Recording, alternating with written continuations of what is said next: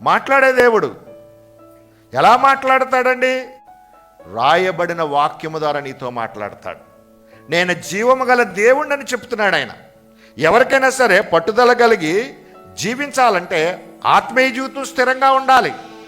ఆత్మీయ జీవితం స్థిరంగా ఉండాలంటే వాక్యాన్ని పట్టుదలతో గైకొనాలి.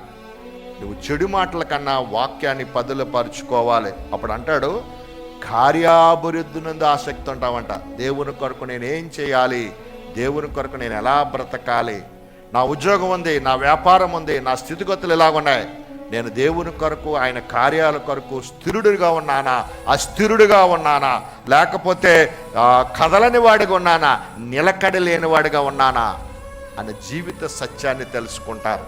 అందుకని ఆత్మ స్థిరంగా ఉన్నవాళ్లే దేవుని వాక్యాన్ని గైకొంటారు. ఒకసారి మనకు ఆలోచించుకుందాం ఆత్మ స్థిరత్వం గురించి.